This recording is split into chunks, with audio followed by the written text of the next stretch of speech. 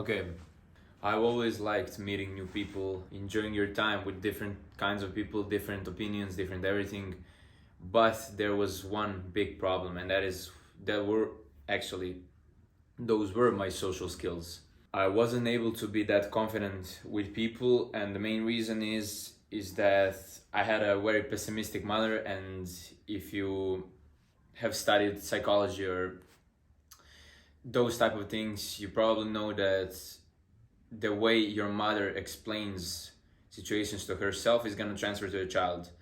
That means if your mother is pessimistic, you're most likely to be a pessimistic person later on. That correlated to my social skills, and when I was meeting new people, I was always thinking of myself as a clown, as a entertainer, a guy who needs to entertain. Like, they're kings and I'm here to entertain. If I don't entertain them, then they need to, or they do not need to, but they will leave me. That's a pretty messed up way to live. I was always self-conscious of if I'm wasting their time or not, and I'm doing this to you right now, but I'm joking. Okay, I'll help you overcome that. If you relate to any part of this story, I guarantee you'll be better. I got introduced to an amazing book called How to Win Friends and Influence People. I am sure you all heard of that, and I'm going to go through some of the principles there that have helped me the most. But that's not the point of this video. I have a bottom line, the main thing that happened to me and that I needed to understand on my own and get to the solution. I wanted to talk mainly about the strategy, how to approach meeting new people and meeting existing ones. It doesn't matter, because you may have problems entertaining people who are your friends already. What I encourage you to do here is just imagine all of these attributes, traits, whatever you call them, in a person, and think if you would like to meet that person and be a friend of his, spend more time with him. So I'm gonna draw a quick summary here for you that just wanna watch this part and then leave the video. It's okay. I'm gonna go into a little bit more detail later on. That's how it goes. So first thing, bottom line, the most important thing, be a good listener and be a gentleman.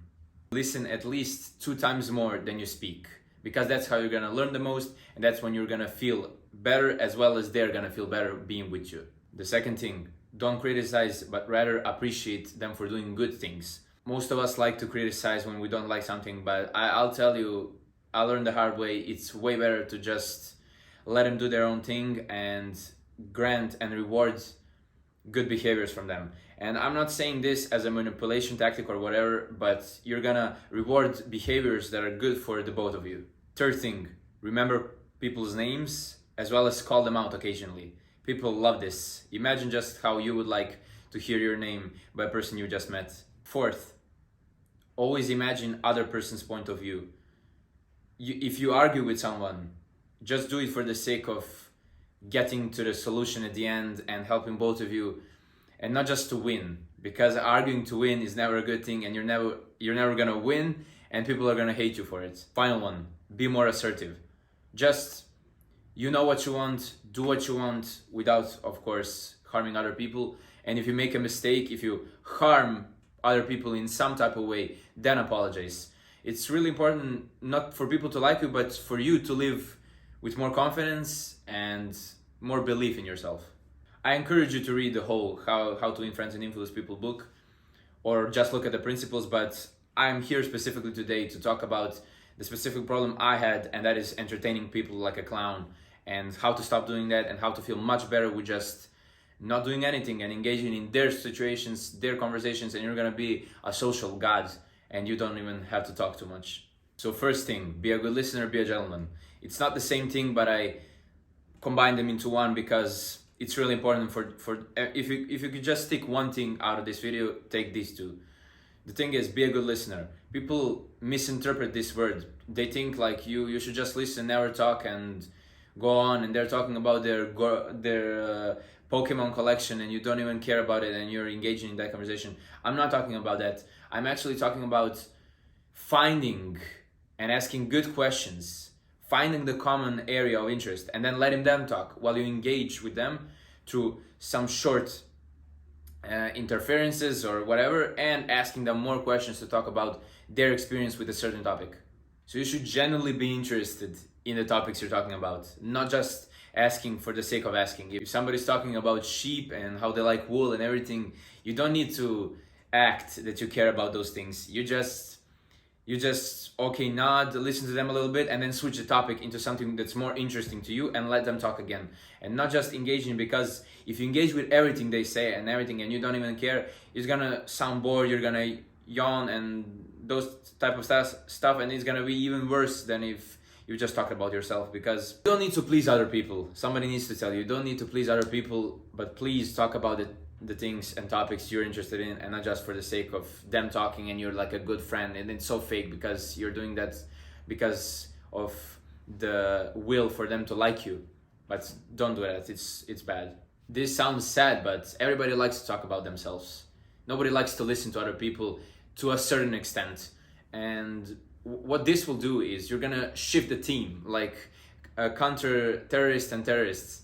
They're talking, the supply for talkers is like way out of this world. Everybody wants to talk, but the demand for listeners is actually even bigger, if that's possible. So people like to have listeners, people like to meet people who are good listeners, who are gonna ask good questions and engage in those type of conversations they're interested in. This automatically releases the pressure of you to entertain, because they will entertain, you're just engaged, you're gonna be chill, you're not gonna say too much, you're gonna be calm, and a chill dude everybody wants to hang out with. Now, gentlemen, the second part. This is the behavior of a bigger man, of a gentleman. Having this mindset will get you feeling amazing and really confident. And it's not because you're an egotistical creature that cares about himself, but because you're actually helping other people, and you're gonna feel good about yourself because of that. Imagine the feeling as a king. You're responsible for the whole village, for everything, for all the people there, and you're taking that responsibility. You're the man, you're the biggest man there is. You're not so selfish. Of course you have some selfish interests like everybody else, but you have a lot of perception, and you want to be a gentleman, and not because to gain validation from other people, but because you're gonna gain validation from yourself, because then you're gonna know that you're a great person and you're gonna love yourself.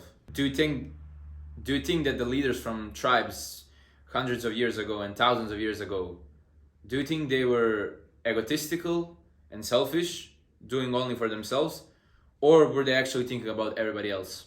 You know the answer. Also, when you're talking to women, you're gonna feel a lot more confident and better, because doing something for her to make her comfortable, but not be a simp for some external reward, if you know what I mean. You're doing it just because of it. You're doing it because you're a man. You understand what I'm saying? You're gonna be the most grown person. Everybody's gonna compliment you on that, how grown you are and how aware of you of your mistakes and everything. And I'm gonna list some of the examples what I think are gentleman behavior. So these may be holding a door for somebody or multiple people behind you when you're entering a restaurant, for example. Helping a woman carry a stroller with her baby outside or inside of public transport. Tipping a waiter, a good waiter who was nice, you were nice to him, and then you tipped him greatly at the end. Letting go a point in an argument. If you're arguing with someone, let go a point if you see that you're right and they're getting that you're right. Don't destroy their confidence completely. Just let them go, let them save face, as they would say. Most important thing, apologizing when you've made a mistake. You must not be afraid to make mistakes. You'll make a lot of them, but you must go with them, learn from them, and apologize if that's necessary. If you actually made a mistake and if you hurt someone in some type of way, you're gonna apologize 1 or even 2 times, but do it confidently, not like a little admit your mistakes and move on. Don't criticize, appreciate people for doing good things. Everybody can criticize, but be a bigger man, a gentleman. Once again, we're getting back to that point. You know how much you hate when somebody criticizes you for not doing something, and even though you may think they're right, actually, because they started in a way so aggressive and everything, you're gonna hate them, and you're not gonna surrender your point, and you're gonna argue a battle, and you cannot win that battle. You're just gonna keep at your egos, both of you, and it's not gonna be solvable. A much better way is actually to praise somebody for for doing good and ignoring them when they're doing bad. Meaning, for an example, you live with a roommate and they cleaned out the house. What you're gonna do is really praise them and really let them know how much you appreciate they've done that, and actually maybe reward them even with some food, with something, I don't know. And if they didn't clean the room once for the time being that you are living together, then criticizing him won't help much. You're just gonna argue. Nobody's gonna listen to each other, and you're gonna hurt your ego, their ego. Everything's gonna be hurt, and you're gonna be in an unsolvable situation. And I'd say if you need to criticize, there's only one way to do it right. And it's actually admitting your mistakes and criticizing yourself first before switching to their side. So let's say, imagine that friend didn't clean the house. You come home, instead of just saying, oh my God, you still didn't clean the house, when you're gonna do it, you don't do anything, and start criticizing them bluntly, even though you're right, it's not gonna turn out how you want to be. And you want them to clean the house, right? And save the friendship. What you're gonna do is actually start from yourself and say, well, look, I was living with a roommate once.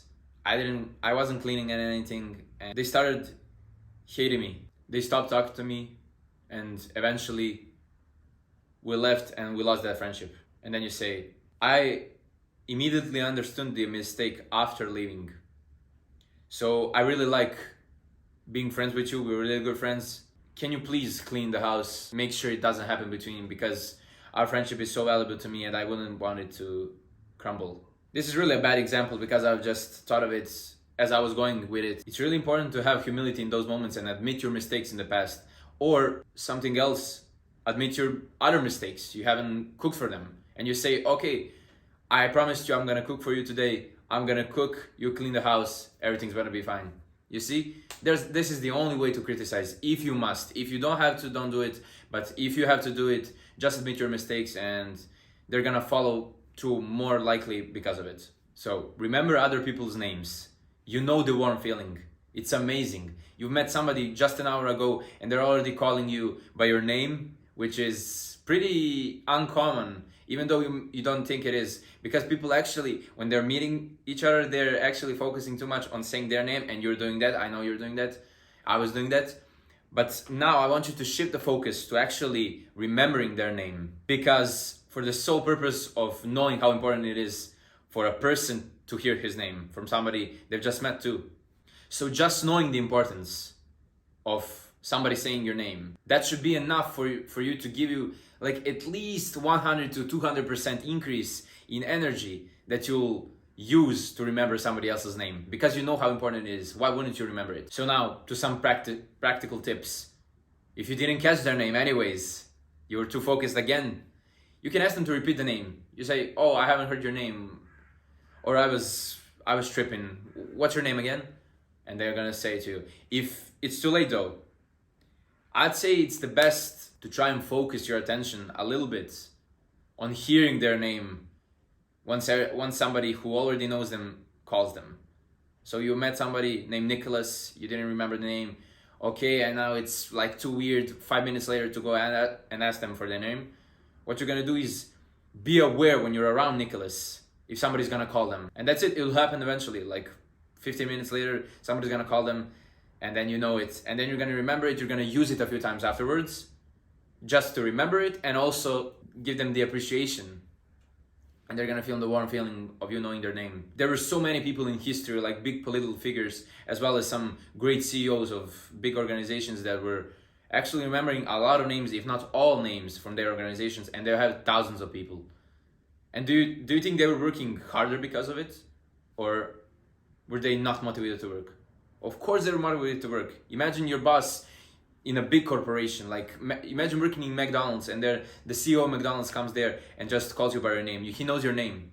You're gonna be far more incentivized to work hard for that man. Have others' POVs in mind. This goes again to being a gentleman. Be a gentleman. Consider other people's feelings and also thoughts, because that may be right, you may be wrong. You never know. Even though you're 90% sure, that 10% of uncertainty may lead to you being wrong. So you need to hear everything everybody says, even though you're 99% basically right, or sure you're right. Would you feel better about yourself if you let them explain their point completely, not cutting them out?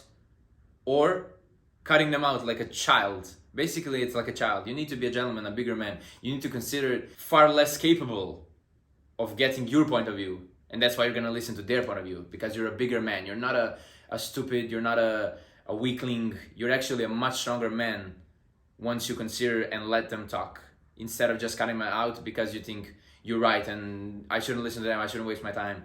It's so dumb. You're like a child who has to be right all the time. And if you're on self-improvement, if you're especially, you want to learn your whole life, right? You don't want to stop, you want to learn everything.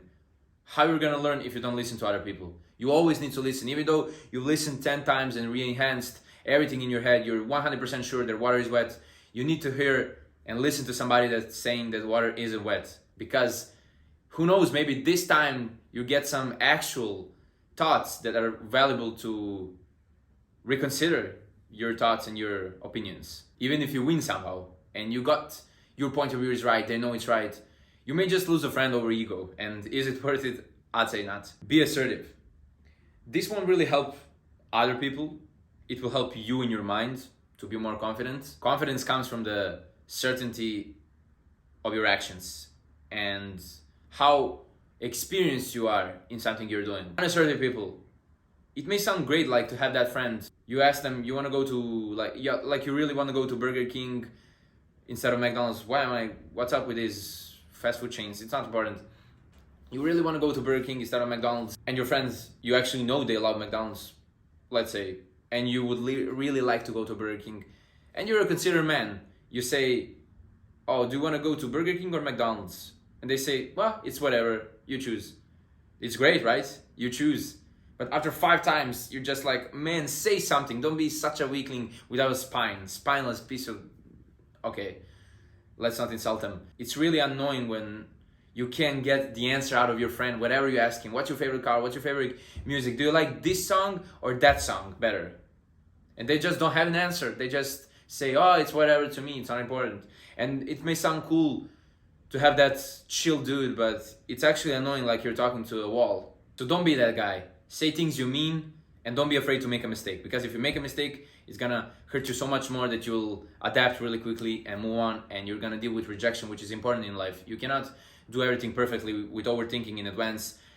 Something's gonna pop up and you must act naturally. And you're only gonna do that by believing in yourself and being more assertive and knowing what you want without being afraid to make mistakes. So bonus tips. I know you like this part. These are some really small tips I'm gonna just list out for you, and then you're gonna do with them whatever you want. First thing, use positive observations to start conversations. You like someone's dress or some girl's dress, let's say. If you really like it, you're gonna tell them that you like it, and you're gonna start a conversation that will lead somewhere else, but you started a conversation. So that's great. People have, at the beginning of your interaction with you, they have only positive thoughts and they think you're great. And they're gonna want to meet you more, to learn about you more. Hold eye contact. Everybody says this, it's hard, it's even distracting. If you look into someone's eyes like this, like don't be so intense. Sometimes it's hard to concentrate on your words once you're looking and you're concentrating like not to look away, but try not to do it. And it will be easier if you think of yourself as a gentleman, because a gentleman looks into someone's eyes that's talking. They don't look at the floor, they don't look at the ceiling, they don't look around too much. Don't use your smartphone when you're out. Pretty simple. I don't know why some people do it. When you're talking to somebody, just turn over your phone. Turn over your phone. There's no need for it to get so many notifications. You're not gonna achieve much. And I know you're actually feeling better because it's socially acceptable to have your phone. And then once you're feeling like that anxiety, you just pull it out. It's not like, you're not a gentleman. Be out without your smartphone. And I'm not meaning like let it stay at home. Bring it with you, but don't consider taking it out. Even if somebody goes to the toilet, just sit there, man. Can you sit for 5 minutes and just look around, smile at people, maybe meet someone else, you see? If you're looking too much at your phone, you're actually losing a lot of opportunities to meet other people, because you're not gonna see social cues from people that want to talk with you. So just throw your phone away and enjoy the interactions in real life, which you've come outside to experience. Assume rapport. This is really great advice, actually. And you must consciously think about it before entering the conversations. It actually means, like in sales, you assume they want to be your friend. Don't be like, oh my god, okay, look, oh, they're not gonna like this shirt that I'm wearing right now. Oh, is this girl gay? You just want to assume like, okay, they're thinking the exact same things I am. They're gonna love to meet me because I know how much I hate when I have to initiate something. I really love when other people initiate it, and then you just initiate it. Assume rapport, like as if you've known yourself. Like think about knowing them for 3 years prior to that, and it's gonna be much easier to talk to that. You're just gonna be, oh hey, well, do you like the ceiling? I don't know. Just talk to them like they're already your friend, not that, okay, I must acquire them, I must get them into my tribe. It's just, there's no point in doing that. You're gonna put too much stress and too much performance anxiety. No need for that. You can just chill out with them like they're already your friend. Give a firm handshake. You've heard about this a lot of times. You just pull out your hand, squeeze, some people are too intense with it. They just take this too seriously and they just shake your hand like they're maniacs. I don't know why. It's important to have that gentleman balance, to not be too tough but not give slime to somebody else's hand. The last thing, deepen your voice. This is just mine, placebo, whatever. I've thought of it, and I actually feel much better when I consciously speak from my diaphragm, blah blah blah blah. You know what I mean? It's so much, I feel more like a man, like a gentleman. I can talk more slowly, because if you want to keep your deep voice, you need to talk slower. You cannot talk too fast because it's gonna high pitch it. So talking slowly is actually gonna deepen your voice. When you try to deepen your voice on purpose, you're gonna talk more slowly. You're gonna feel a lot less chaos in those social situations. So that's it. I told you everything you need to know. Just act on this one step at a time.